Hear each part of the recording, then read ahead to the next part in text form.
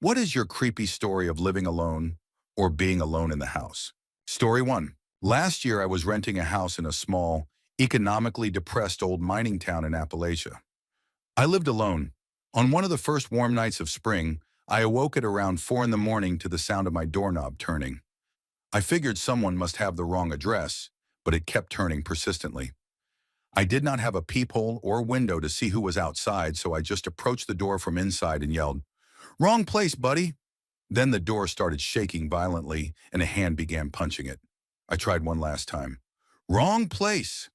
Go away, man." Someone on the other side growled at me and started making horrifying noises like a wild animal. I grabbed a kitchen knife and called the police, then waited inside. About 10 minutes later, there was a knock on the door. I opened it cautiously to see an officer who questioned me about the incident. Then he asked me to close it again and remain inside. Again, I could not see what was happening out there, so I just turned out the lights and waited quietly with the knife in my hand. For about 20 minutes, there was just silence. Then out of nowhere, my living room window screen started to get pushed inside, and the curtain began to move. The guy was pushing out the screen and trying to climb inside. I held up the knife and yelled, "I am going to hurt you," in my most threatening voice possible. Thankfully, I immediately heard, "Get on the ground." "Show me those hands." I heard another horrible wail from outside as the man was presumably tackled and taken to a police car. A few minutes later, another knock came at the door. The officer was back to tell me that the suspect had been captured. This officer was in uniform, but he was visibly trembling and super pale. I still had not seen what the intruder looked like. The next day, I ran into the officer while he was off duty, since it was a small town, and he told me that the suspect had told them his name was Jason Voorhees. Probably someone struggling with addiction or another type of substance problem. Those habits do not go well with delusions involving horror film characters. Story 2. This happened in the 1970s in Australia. I was about 14. My mother and father and the other kids had gone somewhere, and I was alone in the house, out in the suburbs surrounded by bushland at night. I was reading books in my bedroom when I noticed a bit of noise. I could only just barely hear it, but there was definitely a sound. It seemed like it was coming from inside the house. But the television was off and we did not have a radio. Suddenly, everything was scary. A moment ago, I was having a good time. Now everything felt wrong. I put my book down and crept as silently as I could out into the hallway. Luckily, my door was open because the thing creaked. Once out in the hallway, the noise became clearer. I still could not quite figure out what it was, but it was definitely not my imagination. It seemed like it was coming from the kitchen, and the only way there was through the living room. So I took a breath and crept around the corner of the hallway and into the living room. I was on the balls of my feet and trying to avoid making any sound. Once there, I could see the living room was empty, but the noise was louder still. It was definitely coming from the kitchen, and even worse, I could now tell what the noise was. It was two voices and they were having a whispered argument. Now I was seriously scared. The only explanation I could think of was robbers. I spent about 5 minutes just standing completely still in the living room before deciding to try and peek around the corner into the kitchen. As quietly as I could, I crept toward the corner, moving very slowly with my mouth open in case my breath gave me away. I reached the corner and just stuck one eye around, and the kitchen was empty, but I could still hear the voices, and they were louder than ever. I could almost make out what they were arguing about. Again, I stood there telling myself I did not believe in ghosts, and I really did not. Yet how could two invisible men be having an argument in the kitchen? In the end, I started to move again, because I knew if I did not do this, I would not be sleeping that night. I crept into the kitchen and realized the voices were coming from the stove. This was in the 1970s, before stoves had those solid tops like you have nowadays. Instead, they had a steel coil. I bent down and put my ear close, and discovered the voices were coming from where the metal coil joined some electrical plug before going back inside the stove. The voices were indeed two people arguing, and they were on some kind of radio talk show. When my parents came home, I showed the other kids how, if you put your ear down really close to the stovetop, you could hear radio. I am 55 now, and this is still the most frightened I have been in my life. Story 3. My fiance and I purchased a foreclosed home in a not-so-great neighborhood a few years back. We ignored the area because of the great price, but now realize we were careless because of things like this. I was lying in bed barely awake while watching television. My fiance was still at work, so I could not sleep. It was 2 in the morning, and I was barely dozing to the crime show that was on when I heard scratching at the window. The window that was 1 foot away from me while lying in bed. I remember thinking squirrels when I heard what sounded like mumbling. Then the sound of a screwdriver lifting the window frame started. I started screaming that I had a weapon and was calling the police. The scratching noises stopped, and by the time the officers got to my door and searched the yard, there was no one there. Thinking, oh great, they think I am crazy, I thanked them, and as they were walking back to their patrol cars, their radios all started going off at once that there was another break-in reported in my neighborhood. The officers went scrambling off and I slammed the door and locked it, once again freaking out. I got back in bed to wait for my fiance to get home. He called on his way and wanted me to stay on the phone with him until he arrived. I heard loud footsteps on the wooden shed ramp in our backyard and said, "Oh, good, you are home," and hung up while walking to the back door. He called me straight back and told me he still was not even in the neighborhood. So once again, I called the emergency number in total panic. He and the police got there at the same time and searched the yard again. Apparently, they had been getting calls all night about someone trying to break into the same few houses with a screwdriver. They had been one step behind him the whole night and had patrols everywhere. Oh, and the mumbling at the window? One of the officers went to the bedroom window and saw the screen removed. The intruder had disturbed a huge wasp nest when he took the screen off, and my tiny little wasp defenders saved the day. Story 4. Once, when I was around 12, I was home alone and taking a bath. I was rinsing my hair underwater, and when I lifted my head, I realized I could suddenly hear what sounded like footsteps walking across the landing. Both my parents were at work, and I knew it was far too early for them to be home, so I was entirely freaked out and convinced that someone had broken into the house and was walking around taking things or whatever. I had no idea what to do at all. I was so frightened. I was sitting in the bath with no phone or any method of calling for help, panicking that surely the intruders were going to find me, or even worse, they already knew I was there, because surely they would have heard the noise of the water from me moving in the bath. I essentially froze and sat there panicking for who knows how long before I decided to have a moment of bravery. I figured that they knew I was there anyway, so I waited for a gap in the noise. That to me signaled they had gone into a room and opened the bathroom door a crack so I could see what was actually happening. I opened it and waited. Soon the noise of the footsteps began again on the landing, and from my vantage point I could see the entire landing. There was no one there. No one had broken into the house. Later, when my parents got home, I asked them about it. It turns out after they looked into it, it was a problem with the pipes causing them to make a banging noise that sounded like footsteps. Story 5. About 2 weeks ago, my depression was overwhelming me, so I decided to cancel my evening plans and just lie down for a nap. Shortly after sunset, I heard loud pounding on the front door, alternating with rapid doorbell ringing. In the back of my head, I thought the delivery service was being aggressive, but I still felt awful, so I ignored the noise. About 10 minutes later, I heard a loud thump in the kitchen and assumed my cat had knocked something over. I got up from bed and was about to open the door to the bedroom when I saw beams from a flashlight underneath the door. I called out, "Hello?" and the light disappeared.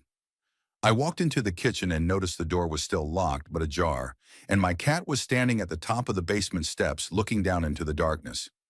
At that point, I received a notification from my partner, who was out of state for work, that something had tripped the motion sensor camera in the kitchen. 2 men had broken into the house, and it was unclear where they had gone once they went back out the kitchen door. I called the emergency number, and 5 officers and a canine unit were at the house within minutes. They sent the dog into the basement, and it did not find anybody. The would-be burglars had not had enough time to take anything but my sense of security, and it was not until I was telling my coworkers the story the next day that it started to hit me how much worse it could have been. November was terrible this year, and I am so grateful it is finally a new month. Story 6. This happened about 8 years ago. I was about 14 and was playing Call of Duty with my best friends at the time. My parents, who are usually quite strict about me not staying home alone, had to go pick up my grandparents from the airport. My brother, who usually stayed home with me, had a party to go to. So here I was home alone with my PlayStation and the pizza I had ordered, feeling like I had scored. My friend and I were still playing at 2 in the morning when I heard the doorbell go off. I thought, oh, it must be my parents. They must have forgotten the garage remote. I walked to open the door, but a gut feeling stopped me. That is when this man went wild. He began to pound on the door and scream to let him in. In my panic, I froze in place, but I managed to get the house phone to call 000, which is our equivalent to 911. I also called my parents because I was 14 and freaking out. The friend I was playing Call of Duty with could hear the entire thing through my headset, and I had not even responded to him yet. So I was juggling my call to the emergency services as well as to my parents. I hung up with my parents, and that was when the banging stopped. I thought, thank goodness, maybe he has moved on. As I continued to talk to the phone operator, I began to hear the loudest bangs I had ever heard. He was trying to break a window to get in and was still screaming to let him in. By now I had called the police, and I was ready to accept whatever would happen when I heard a commotion and my older brother opening the door. It turned out the man had grabbed a statue and was banging on the window with it. It still amazes me that the window did not break. My brother and his friends threw him down our stairs. Coincidentally, that was when the police also showed up. It turned out the man was a shirtless 20-year-old who was high on a hallucinogenic substance, and he had bolted from a party down the road after being caught in an intimate situation with the birthday girl by her parents. The paramedics were called, and by this time, we had given him a blanket and warm water. The paramedics told us if he had been outside for another hour, he would have died of hypothermia. We declined to press charges, and his parents came and apologized profusely. They have never bothered us again. Story 7. Alone in my aunt and uncle's house in rural Ireland. It was winter time and about 6 in the evening, so it was dark outside. I was not expecting them back for another hour or two. I had been playing Commandos on their personal computer all day, and as it grew dark, I had not bothered to turn on any lights. I got up to go use the bathroom and still did not turn on any lights. As I was there, I heard a vehicle come up the gravel lane. I finished and went to look out the window. It was a white van, and I saw 3 men get out of it. I dropped to the floor and immediately started crawling toward my aunt and uncle's bedroom. I opened their wardrobe and crawled into it. It was a huge old oak wardrobe. I threw some clothes over myself and hid there. All I could think of was that strangers were there to rob the place. I very softly heard them speaking outside, doing that loud whisper to each other. Someone tried the front door, but thankfully it was locked.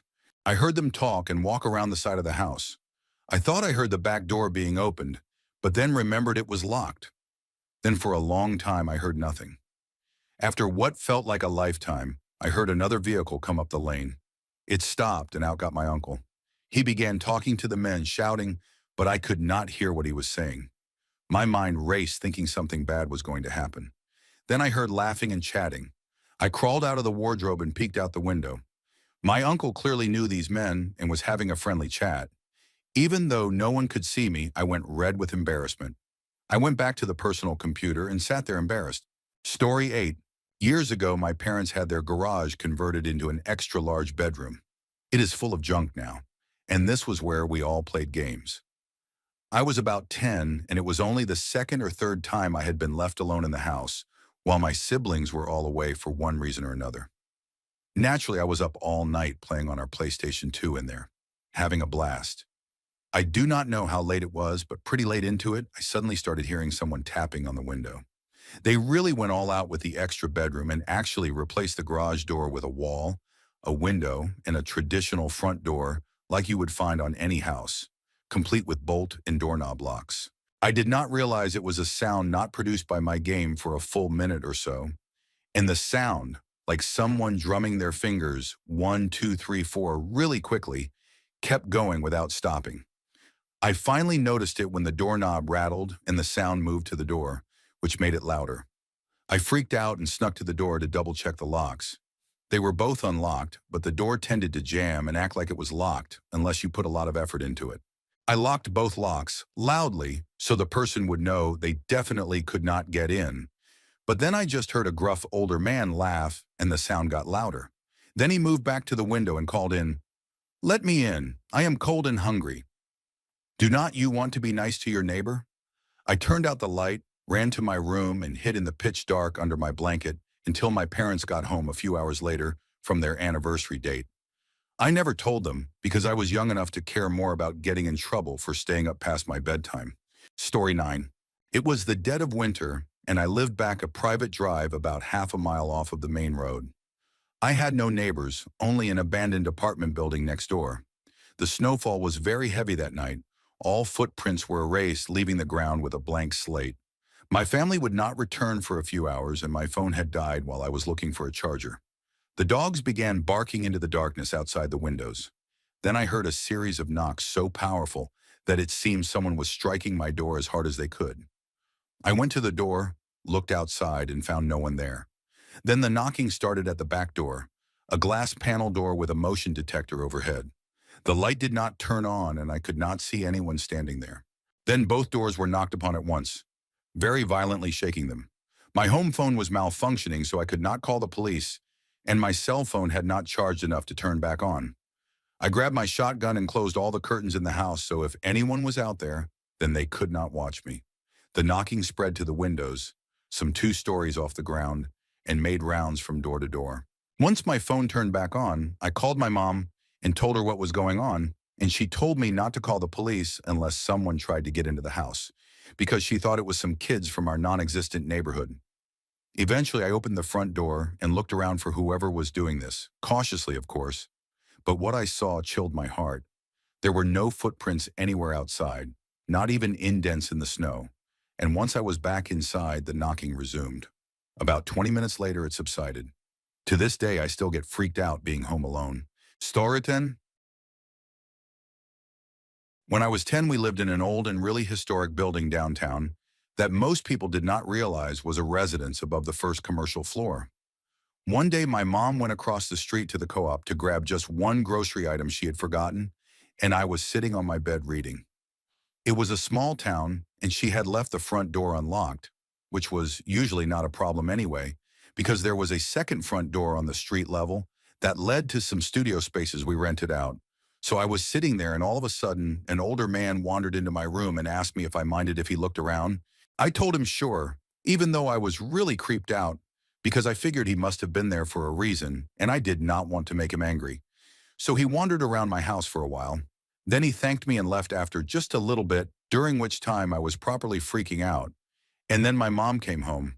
I told her what happened, and she flipped, went running down the stairs and out onto the street, and literally chased this guy down several blocks until she caught up with him. She gave him an earful about not taking tours of what was clearly a private residence. He explained he thought my house was a museum or something, which was sort of understandable if you had seen my house. When she came back, she assured me it was not my fault in any way, but I was so shaken for days. I just kept thinking about what might have happened if he had not been nice to me, or if he had stolen something, and how easy it was for random people to apparently just wander into my house.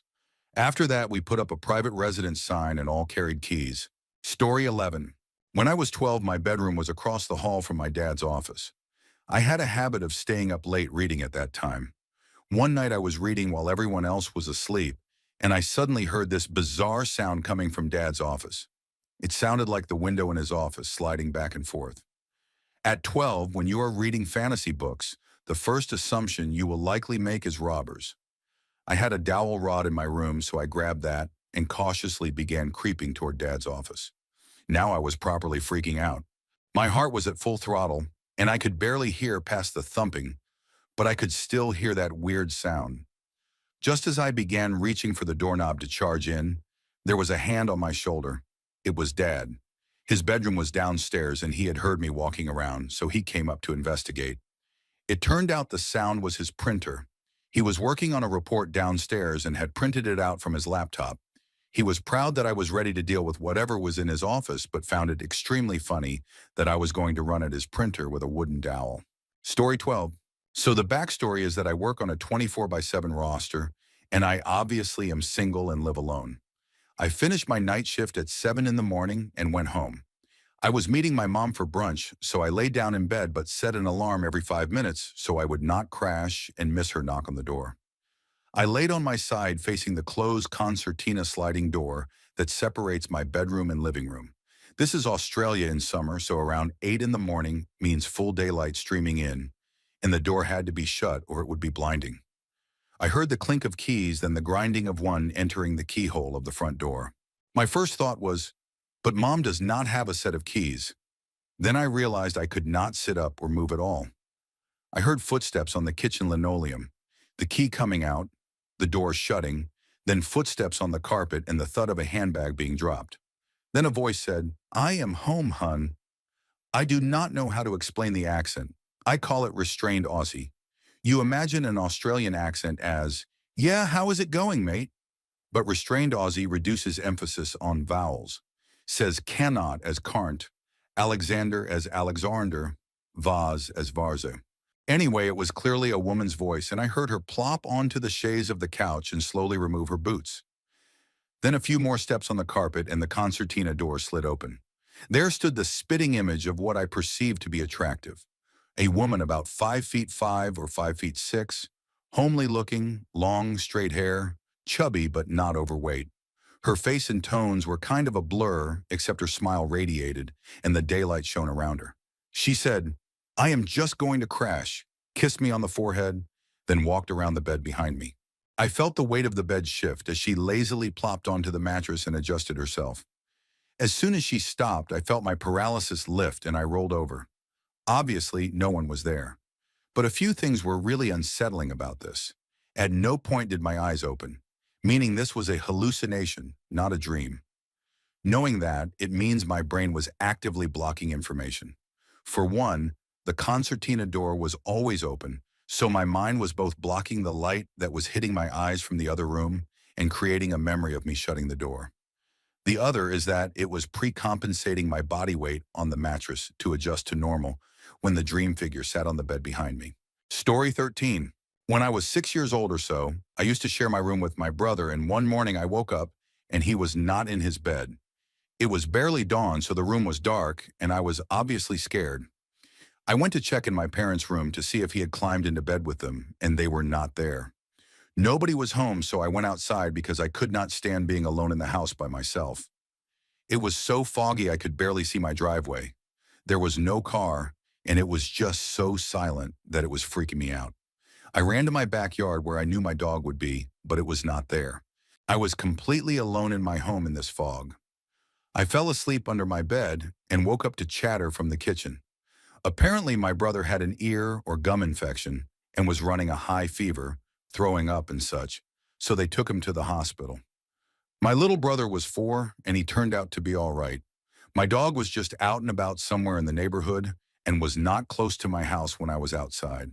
In southern Louisiana, we do not have fences in a lot of the neighborhoods, and we lived a little distant from the next house over, so this was common. It was the silence that made it so creepy and scary at the time. Waking up alone in the morning, not knowing where your family is, and having an eerie fog complement the frightening morning just seemed so terrifying at the time. Lying under my bed trying to fall back asleep seemed like it took hours. Story 14. I was home alone when I was about 13. My mom was at work and my sister was at school while I skipped as I always tended to. It was about 1 in the afternoon when I picked up the phone to call my mom, and this was back when landline phones were more common. So it was one of those pick it up, then dial ones. As you know, if you picked up a landline phone, mid-conversation, you would join the phone conversation, or you could at least listen in if you had multiple phones in the house. We only had one phone in the house, and it was this one. The only television on in the house that was on was in me and my sister's room, and it was not loud enough at all to be heard downstairs where the phone was. So this definitely disturbed me. I picked up the phone and instead of a dial tone, I heard static, but not loud static. Just the white noise you would hear over the phone when it is quiet on the other line. Then I heard the voice of a young English girl, which was also weird because I live in Scotland and did not know anyone from England. And she said, "Can you put that down, please?" I got a little spooked and answered, "What? Hello?" And she did not seem to hear me, or if she did, she did not want to answer. She just kept saying, "Please stop that. Do not do that. Put that down. Please stop. Please put that down. Do not touch that," in a sort of calm voice, almost melancholic at first, but getting more and more upset. I asked again, "Hello? Who are you?" And then heard the sound of fabric rustling near the phone like someone was shifting, and a grunt like a person would when getting up. Then I got freaked out by all this and just hung up the phone, ran upstairs, and did not tell anyone until later that night when I told my mom, who lifted the phone herself and got a dial tone. She did not disbelieve me. She was just skeptical, but obviously disturbed by how upset I was over it. I think about it every so often and feel a little sick. I did not know what to do at the time. I just freaked out and bailed, but I cannot help but feel I got to listen in on something sort of horrible. The little girl sounded upset, and it sounded like there was someone with her. I do not know what I could have done, but I certainly did not do it. This was 11 years ago now, and I have since moved out of that house and live in my own apartment. Story 15. When I was a teenager, I was staying at home alone for a night while my parents were at a wedding somewhere. This was a very remote house up in the mountains where I had to hike for half a mile to get to the closest neighbor. I was on the computer around midnight when I thought I heard a noise outside. So I got up, turned on the outside lights, and peered out through the window. And as I looked around, I suddenly spotted a face just far enough for the light to reach, staring right back at me. I jumped and ran, only to realize I had just jumped at my own very faint reflection in the window. I made sure there was nothing outside, but my heart was still pounding, and I was still on edge. So I decided that was enough computer for the night, and it was time to go to bed. I went around the house, turning off all the lights and everything, and just as I was about to go up the stairs, I heard an absolutely horrendous noise right behind me. I am not even sure how to describe it. Imagine if someone with the driest throat in history tried to scream at the top of their lungs, overlaid with the dying roar of a lion, and you might get close. If there are monsters in the world, this was the sound they make. Well, it turned out my mom had left this water feature running, and whenever someone turned it off, like I just had, it made that sound about 30 seconds later, just long enough that a poor scared kid like me could not make the connection of where the noise came from. I survived, but it was a while until I was willing to stay home alone again. Story 16. My story happened a few years ago, back when I was still living with my mother. She had recently lost her job, and she was going through some heavy depression, so she would occasionally go visit with my grandparents who lived just next door. One day I had gotten into the shower and she cracked the door to let me know that she was going over for a bit and she would be back a little later. I figured it would give me a little alone time, some time to play some games and just recharge, since her depression had been starting to affect me too. I got out of the shower and headed into my room, which meant I had to pass her doorway. Looking in, everything seemed to be in order. Nothing looked strange or out of place. It was a weird habit I had that I would look in a room as I passed by. So as I was in my room drying off and dressing, I heard the sound of her sliding closet door move. This door was really heavy and impossible for the wind to move, so I figured my mom might have forgotten something and came back to grab it, and I just had not heard her. So I went to look into her room, and nothing had moved. These doors made a pretty distinct sound, and I had heard it so many times that I knew what it was immediately. My mom was not in her room, and she was not anywhere in the apartment. I was kind of freaked out, especially since I had a habit of seeing shadows on the wall moving down the hall toward our bedrooms. This apartment had always kind of spooked me a bit, but I loved it all the same. Story 17. When I was about 7 years old, I was home from school one day with a cold or flu or something like that. My parents were at work, and my nearly 80-year-old grandma had come over to be with me. I was in bed, and she was somewhere else in the house. The cleaning lady Betty suddenly came into my bedroom and sat down heavily on the chair by my dressing table. She was breathless and managed to say, "Are you feeling better?" before collapsing sideways against the dressing table, awkwardly hitting her head and ending up sprawled under the table with her head at a strange angle. I was terrified. I waited a moment or two, then approached her, just in time to hear what I much later learned was called a death rattle. Some vomit came out of her mouth. I ran to call for my grandma. She came in and very quickly bundled me off to a neighbor's house, where I stayed till the end of the day. I knew she had passed away, but my parents pretended for at least 10 years that she had just fainted. It was pretty harrowing, and I moved out of that room fairly quickly afterward. My little brother moved into it. He was far too young to grasp what might have gone on. I can still see her falling and remember the noise she made. Horrible memories. Story 18. It was scary then, but funny now. Next door are people struggling with addiction, and one night my mom was at work, and I was falling asleep when I heard a loud thumping.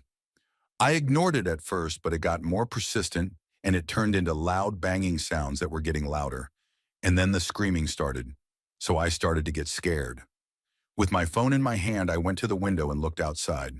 One of my neighbors had a manic look in his eyes and was outside with a large tree branch in his hand, banging on my and his girlfriend's windows with it, while screaming at the top of his lungs and doing a strange dance. At this point, I was petrified and frozen when he suddenly stopped and looked up at my window, still with the manic look on his face. He saw me and we stared at each other for about 10 seconds. Then he dropped his stick and went back into his house. I was scared the rest of the night and was jumpy at any noise. I only fell asleep when my mom got home.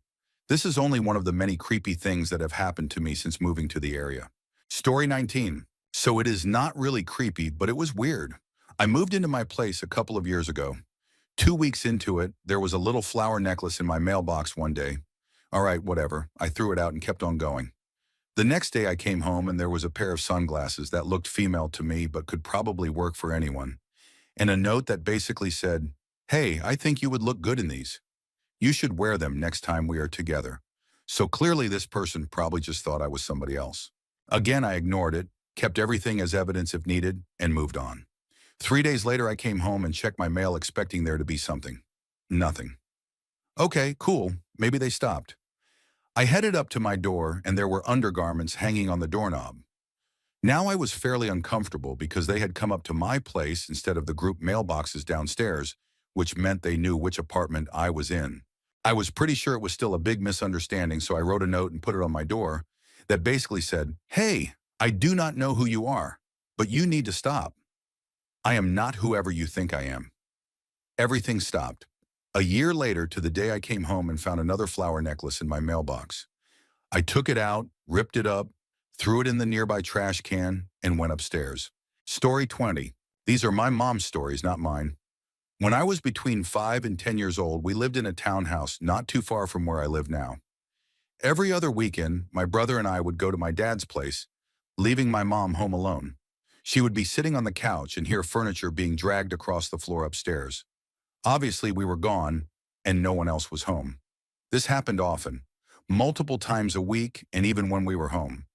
One time, my dad had come by after we were in bed and heard it too. He asked what we were doing awake dragging things around. My mom said it was not us. He did not believe her and went upstairs to catch us. But we were asleep. Other times, the taps would turn on, mostly the one in the bathroom connected to my mom's room. It happened too often, and eventually she had enough and yelled up, "You can turn it off because you are not scaring me." It turned off. Another time she had gone to bed while we were away. She told me not 10 minutes after she got in bed, she heard the sound of heavy steps coming up the stairs. Her bedroom was at the top of the stairs, so when you walked up the last step, her door was right there. So she listened, thump, thump, thump, silence. It stopped right at her door. She said it was the only time she had been scared in that house. There are so many stories from this place. I could go on and on. How she sat alone at night, despite the things that went on, is beyond me. Story 21. I do not live alone, but my roommate and I cannot explain this. Now I will start by saying we are rational people, and ghosts are never our first thought. We had gone to bed one night, and from her room I heard 3 loud separate bangs. I just figured she kicked her safe, backpack, and another heavy object onto the floor and went to bed. Come morning, I woke up and did my usual first bathroom trip when my roommate called me into her room. She told me that right before I woke up, she went to make breakfast and found our freezer wide open. Everything inside had defrosted and spoiled, so it had been open for a considerable amount of time. We both went to investigate and tried to figure out what could have caused it to open on its own.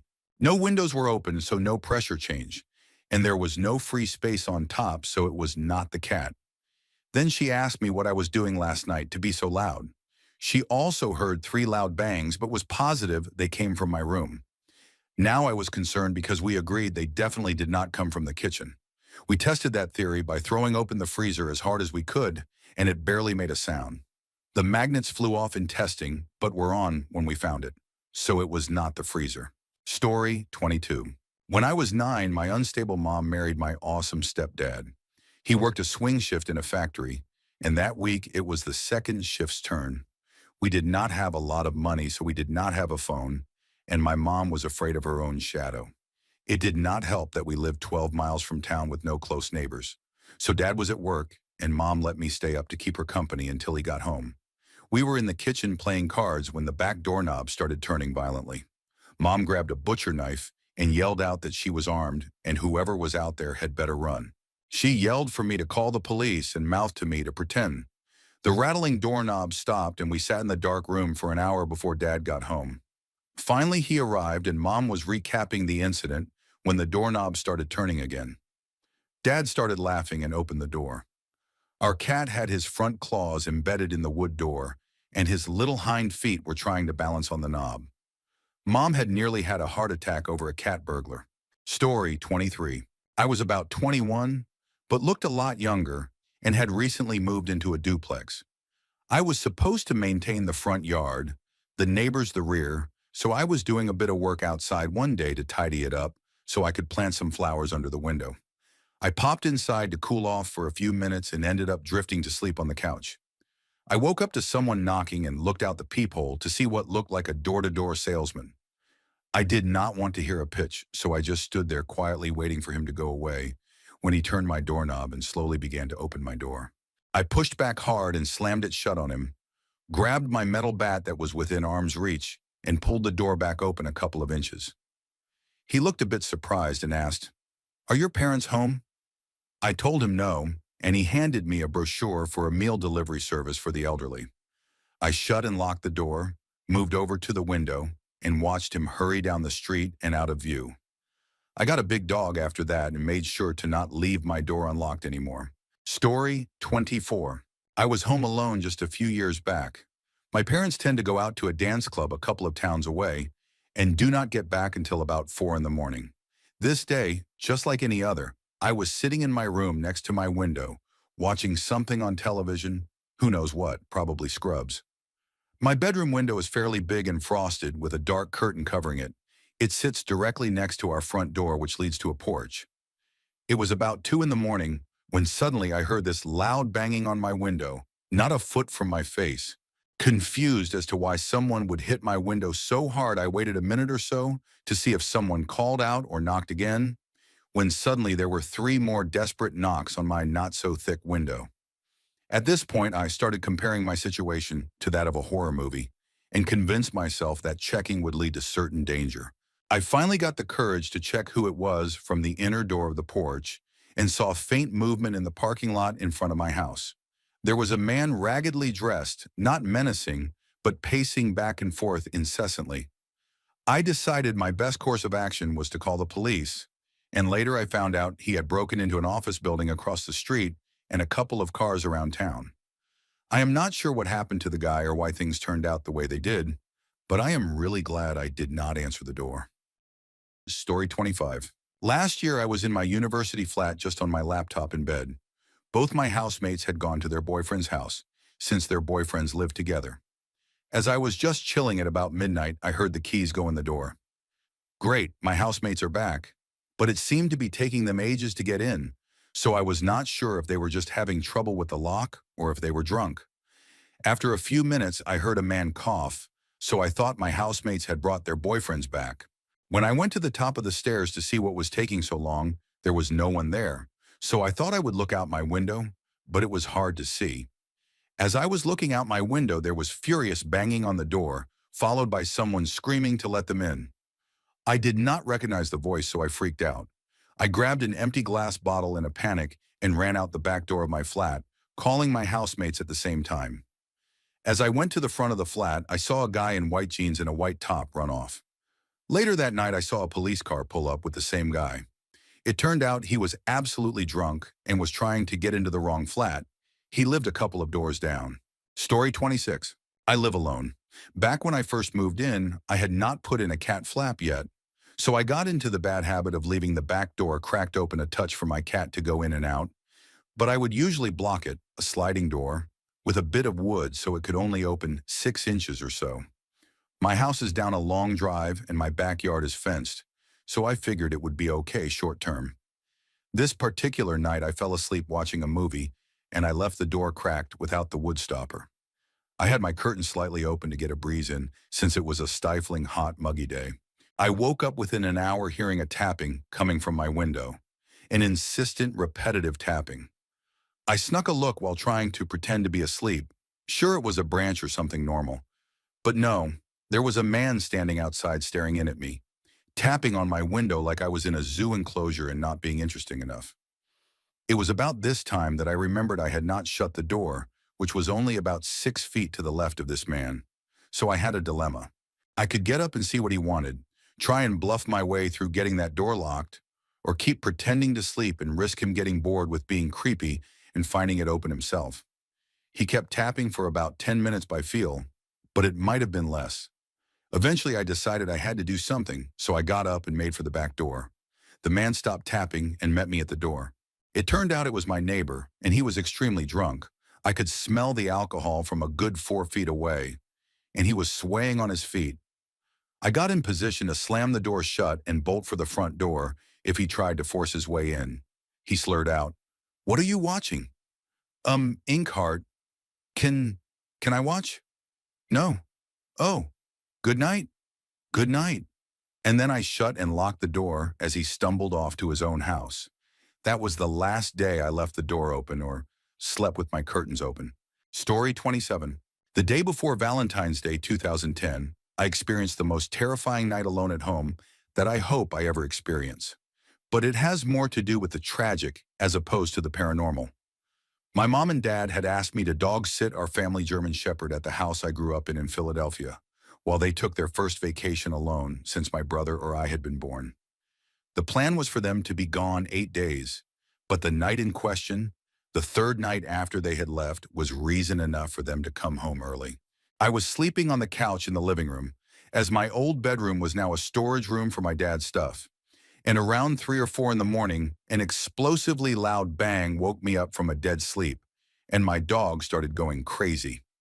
I assumed it was his barking that had woken me up.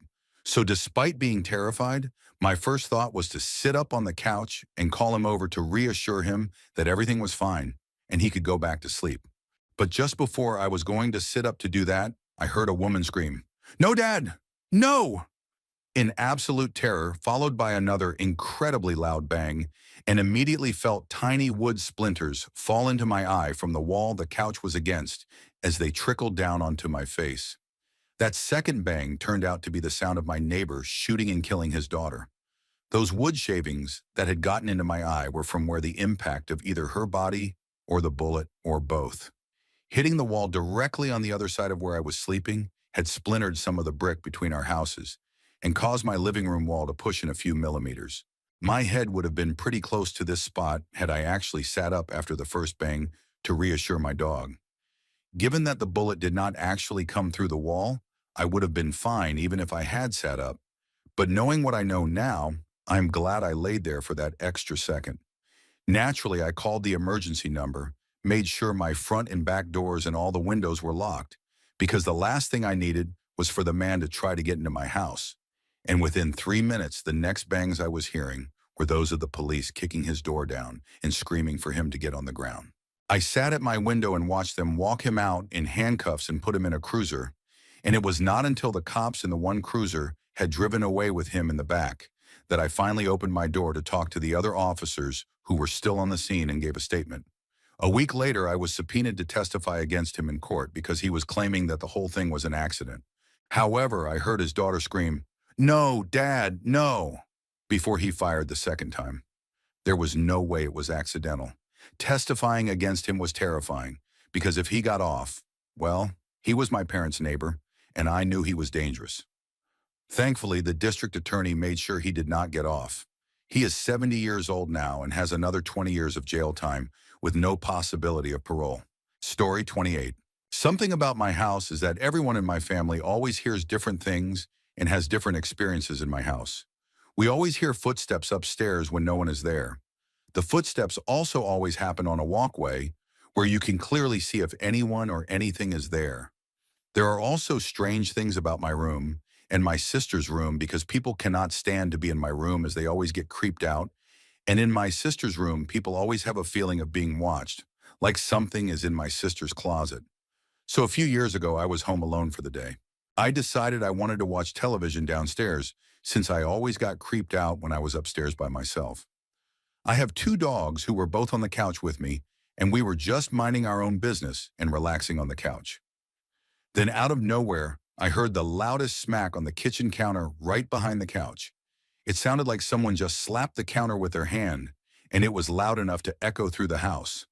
My dogs both jumped off the couch and went in the corner on the other side of our living room with their tails between their legs, and they just kept shaking.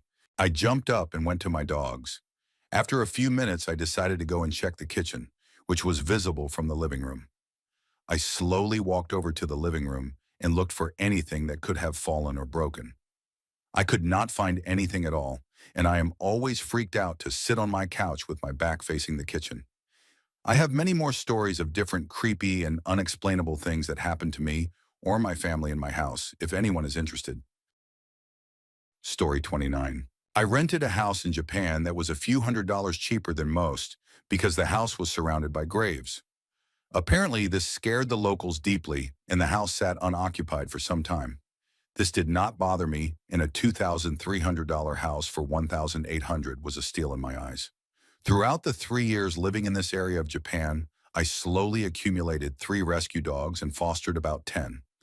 At the time of this event, I had 2 dogs, a Shiba Inu mix that made for an excellent watchdog, and a lazy golden retriever that I never knew could even lift his head for anything other than food. I had owned both dogs for about 2 years at the time.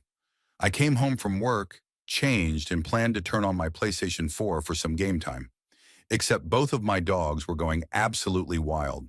Both were very obedient, and no matter how much I asked them to stop barking, they would not. I opened my front door to let them outside and grab my pack of cigarettes to join them. I figured maybe they needed to go to the bathroom. I opened the door and the 2 dogs ran into my small yard, turned 180 degrees facing the house, and started barking again.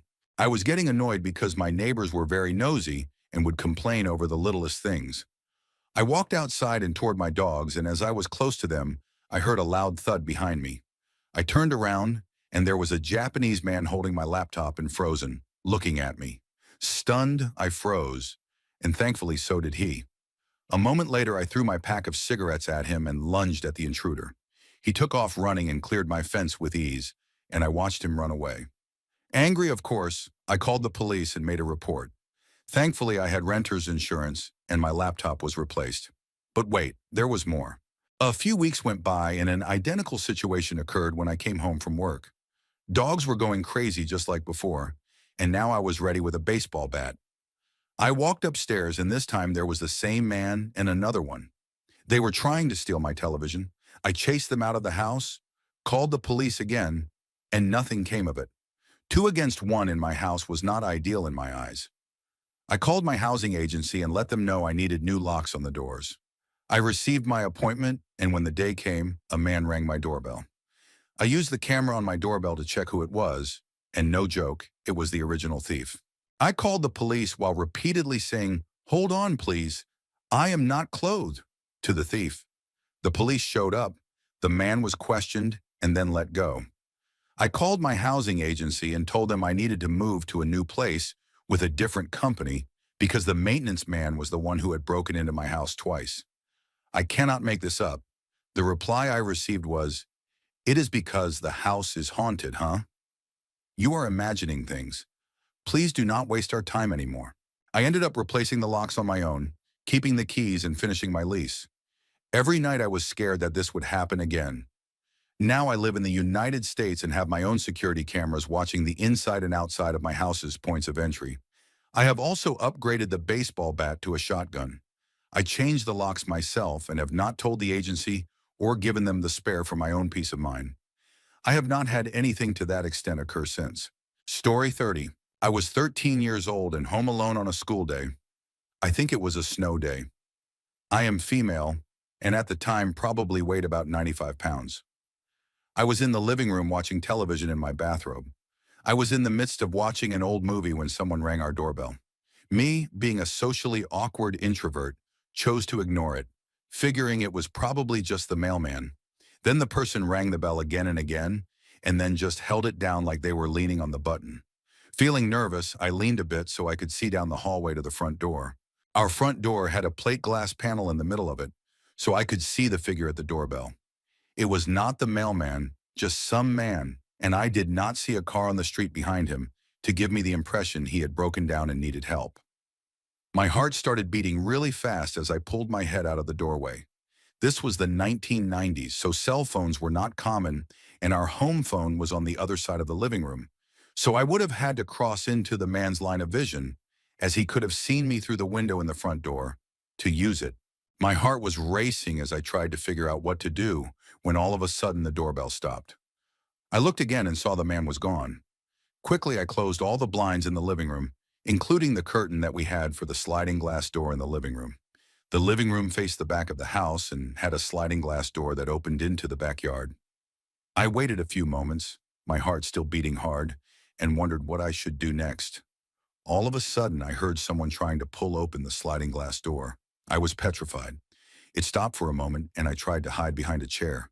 I wondered if it was possible he could get in the sliding glass door, and if one of my parents had forgotten to lock it after letting the cat out. Then the sound at the sliding glass door stopped. I kept hiding, my heart beating so hard that I was shaking.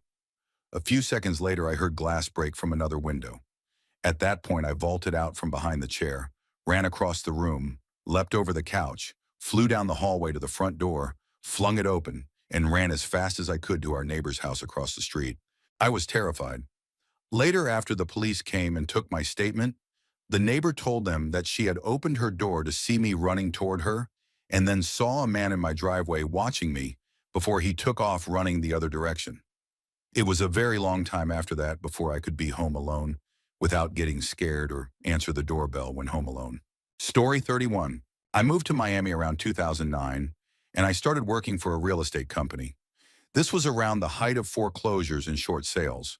The broker and owner of the company approached me one day and asked how I would feel about staying at one of their places rent-free. Me being broke, jumped at the idea. It worked out because my roommate was not interested in renewing the lease, so off I went. It turned out to be a 5-bedroom, 3-bathroom, decent-sized house. I was a single guy in my mid-20s, so I had a bed and a computer with a television. Needless to say, I only used one room. However, when I finally got to the place, it was super creepy, so I took the master bedroom and closed off all the other rooms. The first few nights were fine. Then one night I was making some pasta and filling up the pot to boil it when I heard the faucet in the creepy bathroom I never used turn on. It was attached to the kitchen. I immediately turned off the kitchen faucet and it stopped. So I thought there was no way this could have happened and walked into the bathroom. And sure enough, there were water droplets in the sink. I thought I was going to have a heart attack. From that point on, other weird things happened, like I would wake up and my mattress, which was king size, would be halfway off my bed in the morning, and the chain pull light in the bedroom would come on in the middle of the night. I was never so happy to move out of a place in my life. It turned out I was basically a squatter for my boss so that the bank could not foreclose on the house while she was negotiating with them.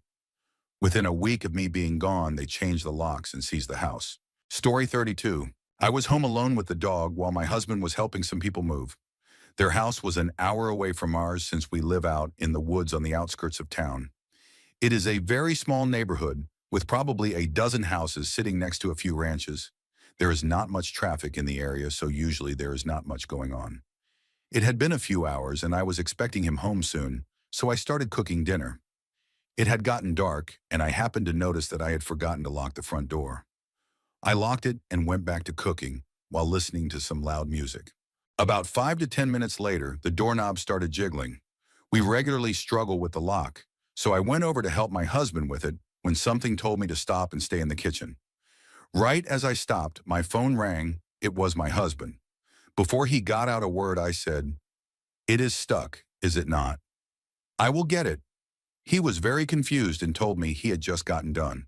I laughed and told him obviously, and he said he might not have service for the hour drive. My blood ran cold because the whole time we had been talking, the doorknob had been jiggling loud enough for me to hear it over the music and across the room.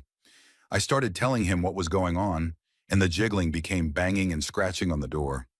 My dog was growling and barking the whole time. I closed the curtains behind me and stayed hidden in the kitchen. The noise stopped after about 10 minutes, but we were too shaken up to move. When my husband got home, he looked around, saw nothing, and told me it could have been an animal. It was way too loud, though. Just a week before, someone had cut lines on our motorcycle, and a week before that, someone had messed with our mail. Unless it was a random stranger, there is only one couple other than our best friends who know where we live, and the girl has been very jealous of me.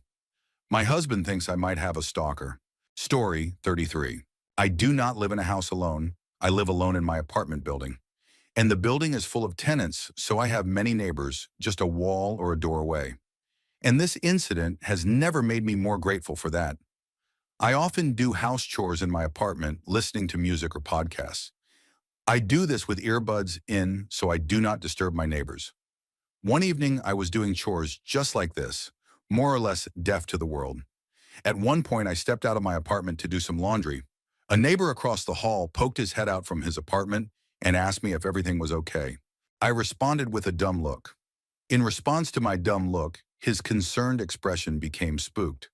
Someone was trying to get into your apartment. I went pale and nearly dropped my laundry basket. What? He told me he had seen an older man trying to enter my apartment. Fortunately, my door was locked. He questioned the older man about what he was doing. The older man had responded that he was there to meet some guy named Steve. Was someone by that name at my apartment? To this I said, voice trembling, "No, I live alone. I have had my apartment for 3 years, just me." The guy from across the hall looked as spooked as I felt. He said the older man left, but he also seemed like he was mentally ill or under the influence of substances. I decided I did not need to do my laundry that night, returned to my apartment, and not only kept the door locked, but put a chair against it. Even if the incident was a mistake, I was very disturbed that someone had tried to get into my apartment while I was home, and that I had been utterly unaware of it. And if the timing had been off just a little, I could have run into this person while I was heading out with my laundry. The story has a more or less happy ending, though. My neighbor called the sheriff, who responded immediately and checked the property. No one was found, but I still felt safer. I sent my neighbor a thank you note for looking out for me. I also reported the incident to our rental management company. In the rural area where my building is, there is no requirement for the outer doors of an apartment building to be locked, so anyone was free to walk into the building and up to anyone's front door. But after I reported the incident, the owners made a point of installing locked doors that only tenants with a key could open. This incident still affects me, and the fact that I watch and listen to true crime stories does not help at all.